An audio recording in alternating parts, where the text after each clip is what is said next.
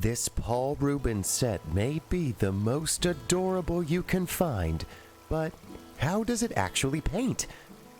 Hi everyone, and welcome to the Nintendo Nerds, a series where we talk about art, design, and all things Nintendo. So stick around, because in today's video, I'll be reviewing the Paul Rubens Transparent Watercolor set, as well as sharing the beginning of my Animal Crossing visual journal. So, what a difference a week makes.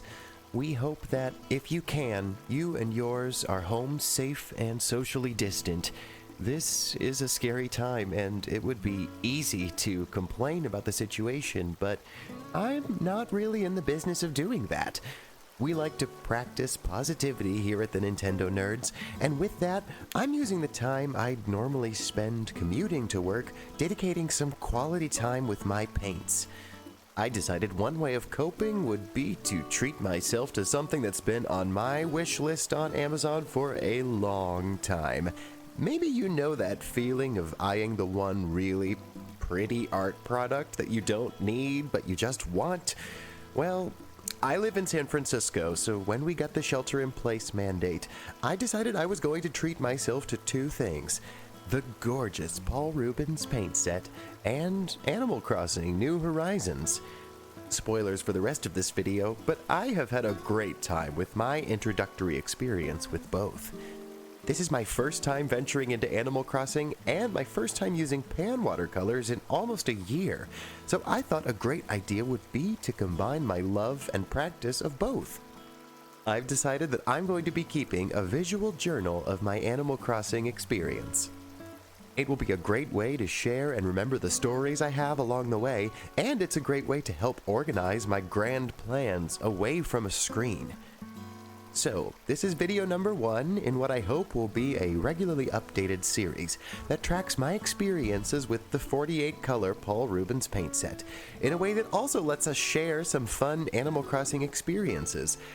So, let's jump right into the paint impressions. Obviously, this paint set probably caught your eye too. This pink tin is just so striking.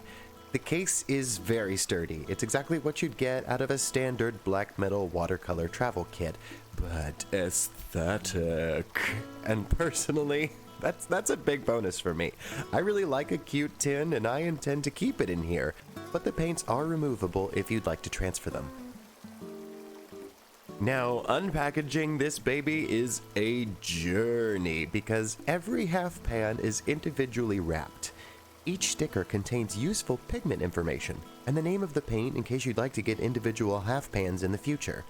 There's a provided card to place these stickers for swatching, but it felt like a very different texture than the paper I normally use, so I decided to make a reference sheet using Strathmore cold press instead. It's a nice enough card to use if you're just getting started, but as a paper nerd, I like to swatch using something I'm more likely to paint on. Every paint brand is different after all. Now, the half pans all activate really easily. There were very few instances where I really found myself needing to dig for pigment. All it takes is a simple misting spray bottle. Just give the whole set a fine mist and let it set for about 3 to 5 minutes. Even tube watercolors need water to properly activate. I have to say that I'm very impressed with the variety of the 48 pan set.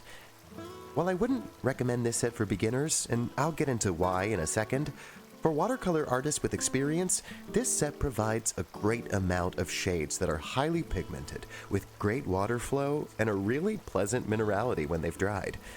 Even some shades that looked rather similar when painting dried to have a lot of variation and distinguishing characteristics. I'm not blown away by the oranges and reds, but there are some tremendous blues, greens, and earth tones that I'm really excited to use. I'm also someone who is really happy about the vibrancy of these paints. If you have a soft touch and you like gentle watercolors, then this might not be the kit you're looking for. I like to paint in really bright, candy-colored tones, so I think I'm going to get quite a bit of mileage out of this kit. Now, if you're someone who's just starting out in painting, if you think this kit interests you, I personally think you'd be better off getting the 24 color set. This is because it comes with all of the shades I think you would need to get you started. And that's a cool yellow, a warm yellow, an orangey red like a cadmium, a rose, a cool blue, a blue-green or a viridian, 2 earth tones, and some kind of shadow, either a dark indigo or a black. You can even find all of these in the Paul Rubens 12-pack, but I think 24 would be a great place to get started because it gives you a lot more options for blues and yellows, as well as some great ready-made greens.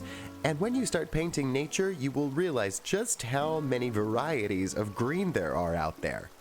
But I also think if you started with a set as large as the 48 pans, you're not as likely to mix your paints to get the color you need, which is a joyous part of painting in watercolor and an integral part of your learning. As of this video's release, I've been painting for exactly 1 year, and I'd been eyeing this set nearly that whole time. I have to say, if you are an experienced painter and you have been thinking about this set, I don't think you'll be let down. And for new painters, I'd still say this is a great brand, just consider going with a smaller selection to get you started. We hope you leave this video ready to go out and make some paintings yourselves. I'm excited for all the ideas I have for my island getaway journal, and I'll be sharing those ideas here, so be sure to click subscribe.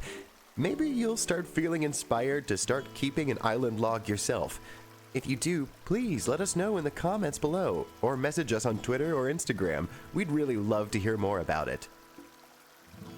As always, we hope you leave this video ready to pick up a Pro Controller, a paintbrush, or a pen.